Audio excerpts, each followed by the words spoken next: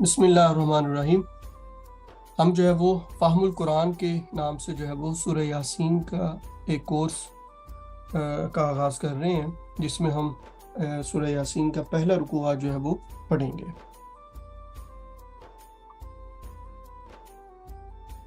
سورہ یاسین سے متعلق جو ہے وہ کچھ بنیادی معلومات ہمیں جو ہے وہ ایک تو دیکھنی چاہیے۔ اس میں اس کا نام جو ہے وہ سورہ یاسین ہے، جو کہ اس کی پہلی آیت کے اندر جو ہے وہ موجود ہے،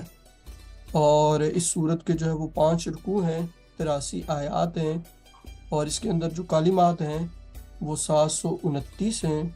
اور جو حروف ہیں وہ 3000 ہیں۔ یہ تو اس کی تھوڑی سی آپ کہہ لیجیے بنیادی معلومات ہیں۔ پھر اس کی فضیلت کے حوالے سے جو مشہور ہے، ایک ترمذی کے اندر جو ہے وہ جامعہ ترمذی کے اندر حدیث مبارکہ موجود ہے، جس کو امام ترمذی نے جو ہے وہ فرمایا کہ ہر چیز کے لیے جو ہے وہ قلب ہے، اور قرآن کا جو قلب ہے وہ یاسین ہے۔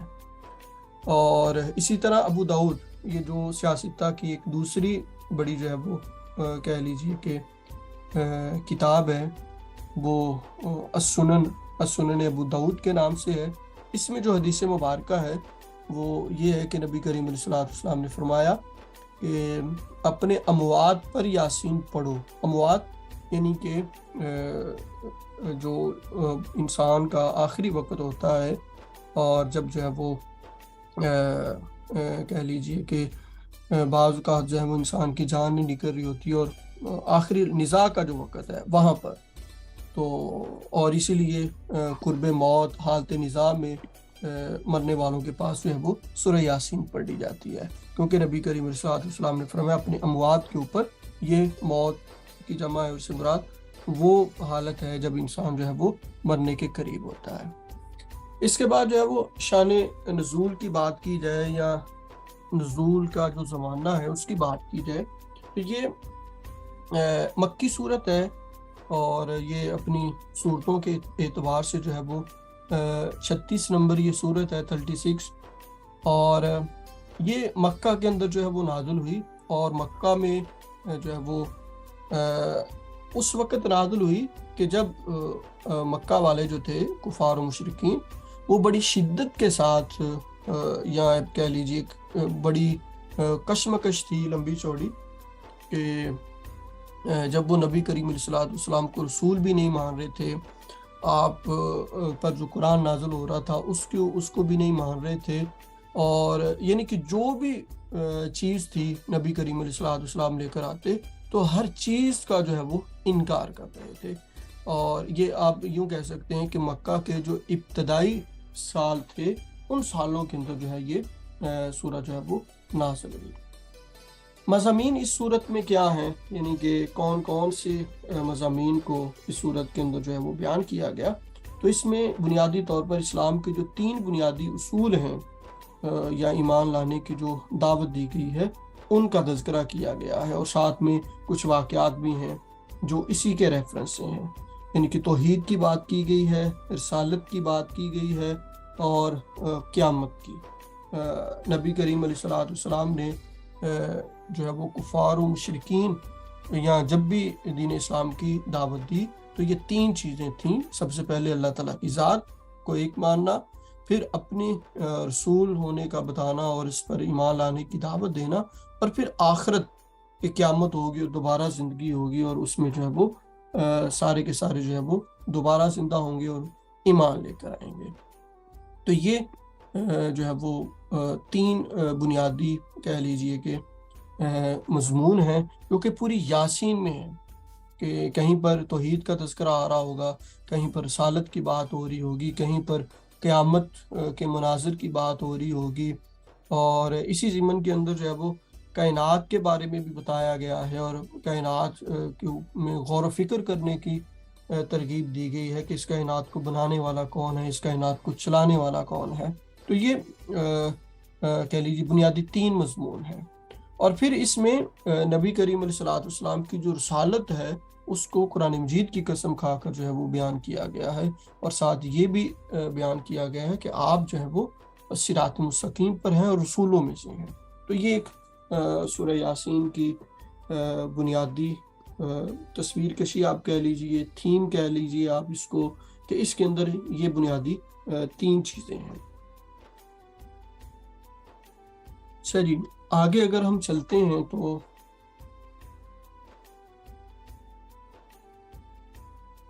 یہ میں نے کچھ سلائیڈز بنائی ہیں جس میں اس کی ترتیب یہ ہے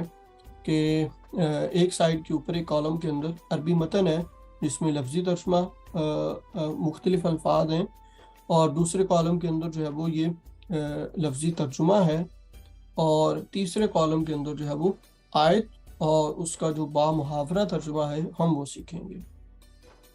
اب اس کے ساتھ ساتھ عربی گرامر کی کچھ چیزیں میں آپ کو بتاتا چلا جاؤں گا،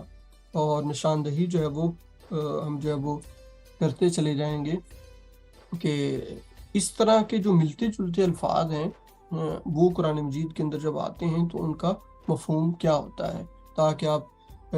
اس سورہ کے ساتھ ساتھ جب قرآن مجید کے دوسرے حصے پڑھیں تب بھی جو ہے وہ آپ کو معلوم ہو کہ اس کا مفہوم اور کیسے بنتا ہے۔ سب سے پہلے بسم اللہ ہے، بسم اللہ الرحمن الرحیم، اس کا جو ہے وہ با محاورہ ترجمہ اللہ کے نام سے شروع کرتا ہوں جو بہت ہی مہربان ہمیشہ رحم کرنے والا ہے۔ اب اس کے جو مختلف الفاظ ہیں، سب سے پہلے با ہے، با کے نیچے زیر ہے، اور یہ ساتھ یا سے دونوں مفہوم میں آتا ہے کہ اللہ کے نام سے شروع کرتا ہوں یا اللہ کے نام کے ساتھ شروع کرتا ہوں۔ ہمارے ہاں کیونکہ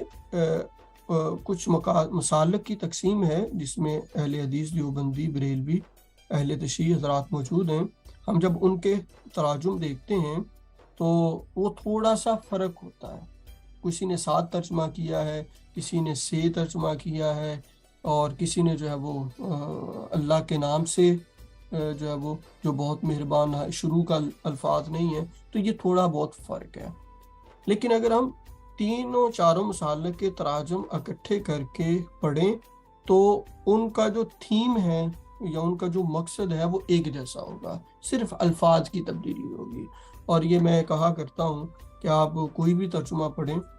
اس کا مفہوم آلموسٹ ایک ہے، تھوڑے سے الفاظ کا فرق آپ کو نظر آئے گا، کوئی بڑا فرق نظر نہیں آئے گا۔ تو با ساتھ سے اسمی نام، تو عربی کے اندر نام کے لیے جو ہے وہ اسم کا لفظ جو ہے وہ استعمال ہوتا ہے، اللہ اللہ کے، تو اللہ کے نام سے یا اللہ کے نام کے ساتھ، یہ دونوں درج میں آپ کر سکتے ہیں۔ الرحمن جو بہت مہربان، الرحیم جو کہ رحم کرنے والا ہے۔ تو بسم اللہ یہ ہم کچھ حروف کو لمبا کرتے ہیں، جیسے کھڑی زبر آ جائے تو ہم اس کو لمبا کرتے ہیں، بسم اللہ، اور الرحمن میم کے اوپر بھی کھڑی زبر ہے تو ہم اس کو بھی جو ہے وہ لمبا کریں گے۔ الرحیم تو ہم جو ہے وہ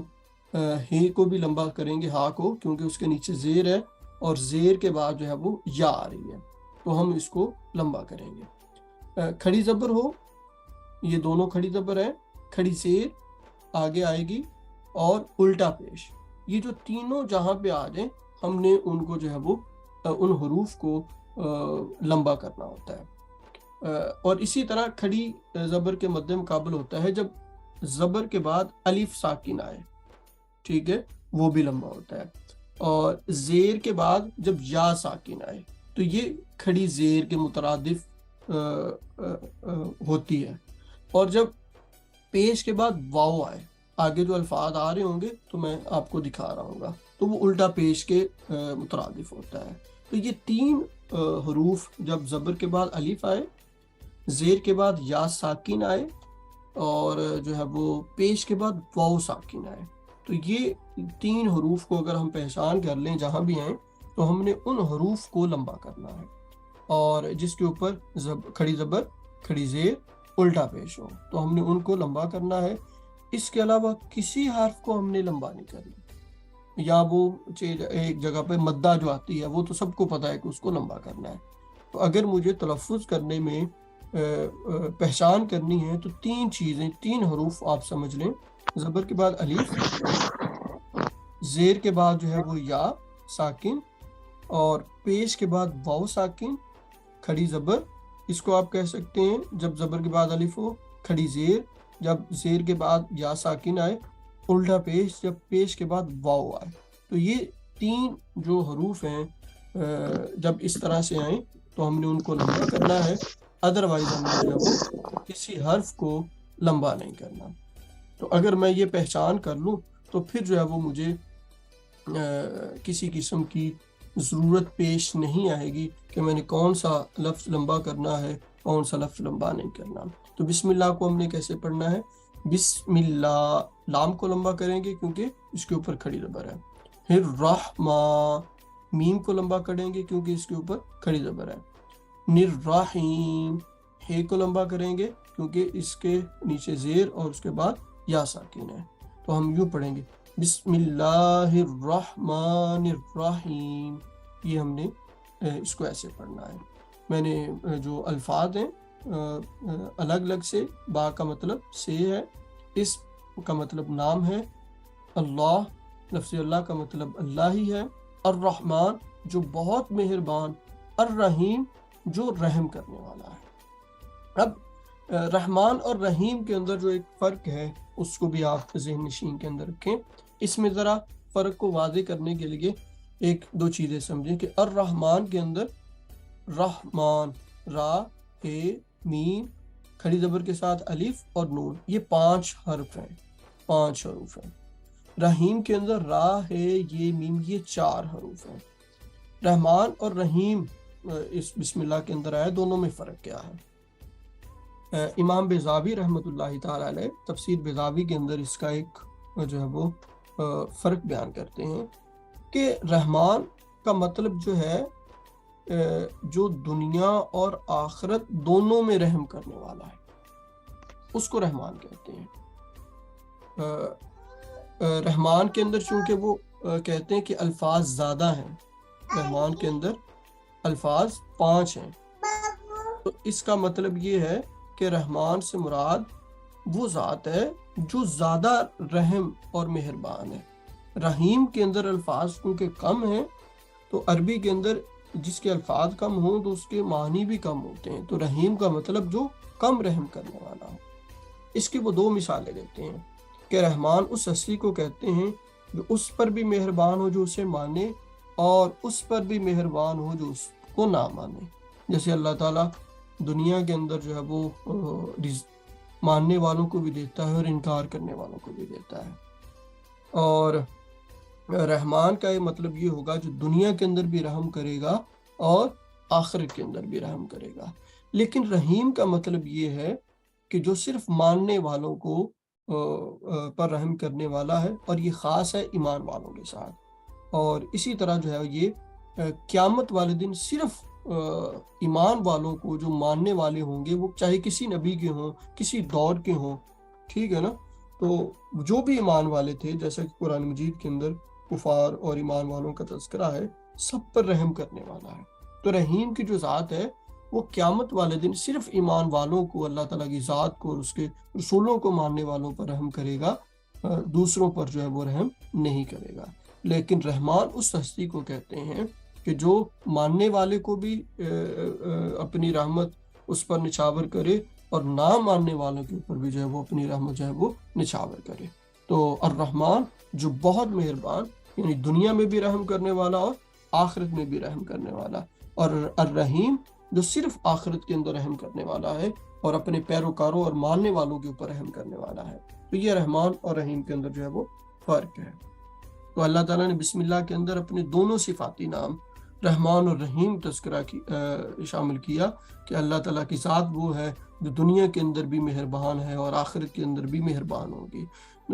ماننے والوں کو بھی عطا کر رہی ہے اور نہ ماننے والوں کو بھی جو ہے وہ عطا کر رہی ہے۔ اچھا جی، اس کے بعد ہم سورہ یاسین کی طرف آ جاتے ہیں۔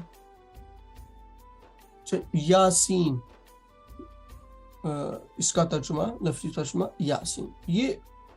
حروف مقطعات میں سے ہے۔ مقطعات حروف ایسے ہیں جو الگ الگ پڑھے جاتے ہیں، جو ملا کر نہیں پڑھے جاتے۔ جیسے یہ والقرآن ہے، ہم واو کو لام کے ساتھ ملا کر پڑھ رہے ہیں، لیکن یاسین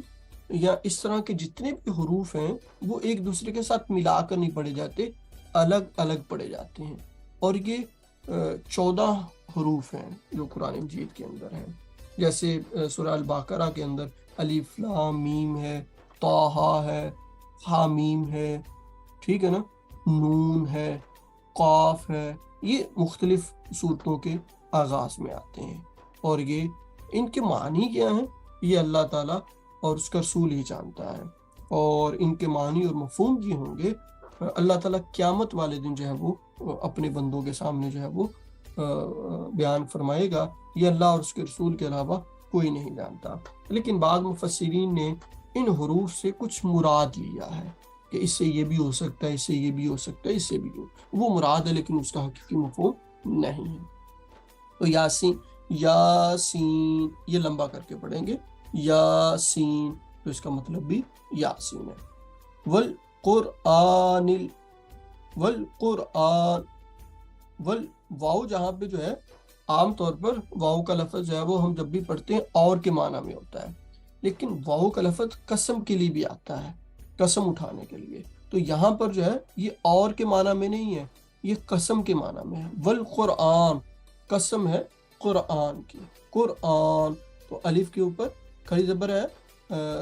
حمزہ کے اوپر، تو ہم اس کو جو ہے وہ لمبا کریں گے۔ والقرآن نل الحکیم، الگ پڑھنا ہے تو الحکیم پڑھیں گے، اگر ملا کر پڑھنا ہے تو نل حکیم، با حکمت، حکمت والا۔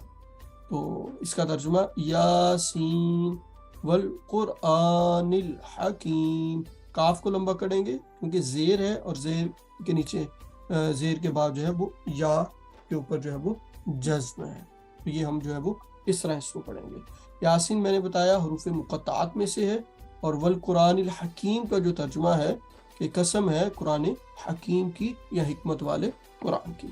اِنَّا کا، اِنَّا، یہ اِنَّا، اِنَّ اللہ، ان اللہ، یہ بہت ساری جگہوں پہ آتا ہے، جب بھی نون کے اوپر شد آتی ہے اس کو غنہ کہتے ہیں، ان تھوڑا سا ناک کے اندر اور منہ کے اندر جو ہے وہ آدھے، اِنَّا کا،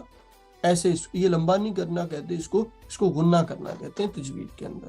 ان بے شک، کا آپ، یہ مخاطب کی ضمیر ہے، جیسے انگریزی کے اندر یو، ٹھیک ہے نا، تو کا یہ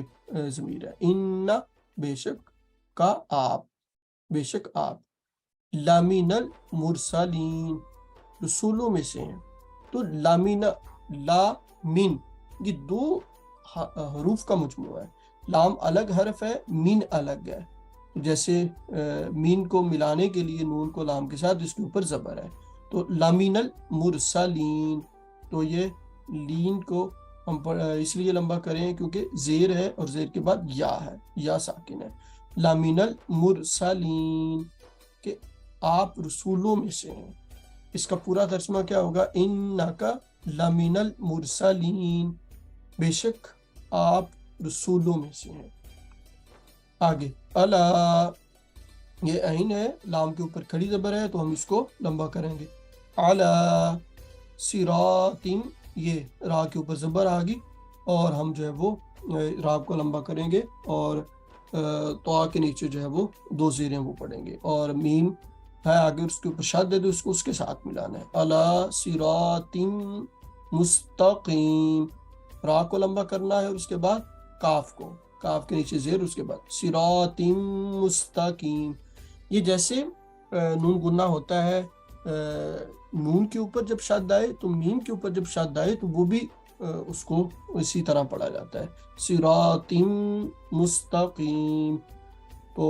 علی صراط مستقیم، سیدھے راستے پر ہو۔ اللہ تعالیٰ فرما رہا ہے کہ نبی مجھے قسم ہے قرآن حکیم کی، آپ رسولوں میں سے ہیں اور صراط مستقیم پر ہیں۔ تو علی کا مطلب پر ہے، صراط کا مطلب راستہ، علی صراط مستقیم، کہ نبی آپ صراط مستقیم پر ہیں، سیدھے راستے پر ہیں۔